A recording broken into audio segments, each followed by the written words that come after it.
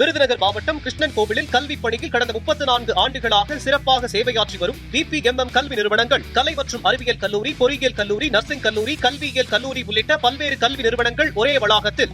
நீலகிரி மாவட்டம் கூடலூர் அருகே ஓவேலி பகுதியில் பாலகிருஷ்ணன் என்ற நபரை புலி தாக்கியதில் பரிதாபமாக உயிரிழந்தார். இதுகுறித்த கூடுதல் விவரங்களை நமது செய்தியாளர் பிரபு வழங்க கேட்கலாம். பிரபு வணக்கம். ஓவேலி பகுதியில் பாலகிருஷ்ணன் என்ற நபரை புலி தாக்கியிருக்கிறது, அவர் உயிரிழந்திருக்கிறார். இந்த சம்பவம் தொடர்பாக கிராம மக்கள் என்ன தெரிவிக்கிறார்கள், வனத்துறையினர் என்ன நடவடிக்கை மேற்கொண்டிருக்கிறார்கள் பற்றிய விவரங்கள் என்ன சொல்லுங்கள்.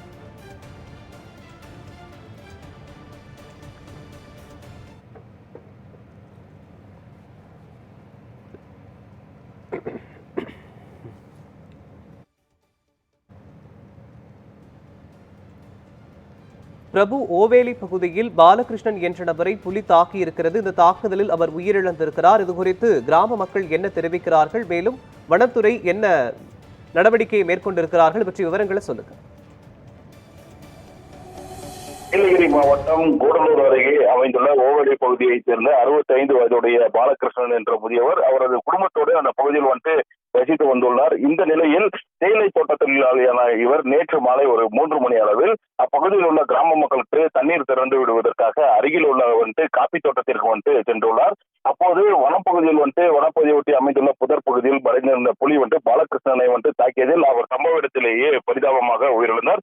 இந்த நிலையில் பார்த்தோம் என்றால் பாலகிருஷ்ணன் நேற்று மாலை நேரமாகியும் வீடு திரும்புவதால் இதனால் சந்தேகமடைந்த அவரது உறவினர்கள் மற்றும் குடும்பத்தினர் அருகில் உள்ள புதர் பகுதிகளுக்கெல்லாம் சென்று தேடியுள்ளனர். இந்த நிலையில் இரவு நேரம் என்பதால் அப்பகுதியில் யானை, புலி, சிறுத்தை உள்ளிட்ட வனவிலங்குகள் அதிகமாக காணப்படக்கூடிய பகுதி என்பதால் நேற்று அந்த தேடுதல் பணியானது இரவு நிறுத்தி வைக்கப்பட்டு இன்று காலை 2வது நாளாக இன்று காலை தேடுதல் பணியில் ஈடுபட்ட போது புதர் பகுதியில் அவரது உடல்கள் அதாவது இந்த புலி தாக்கிய நிலையில் அந்த உடல்களானது காணப்பட்டது.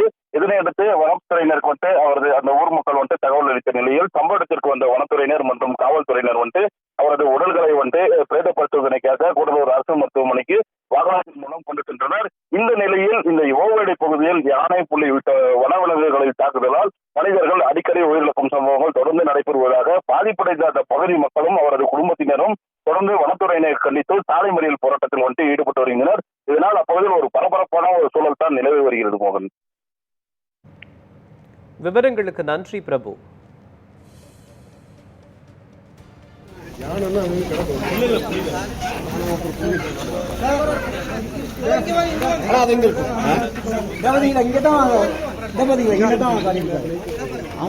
நடுக்காட்டில் கொண்டுருச்சு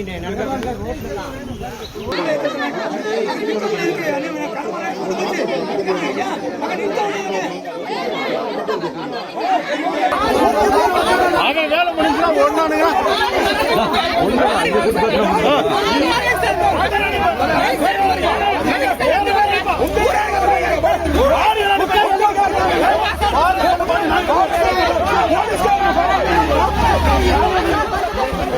Thank you.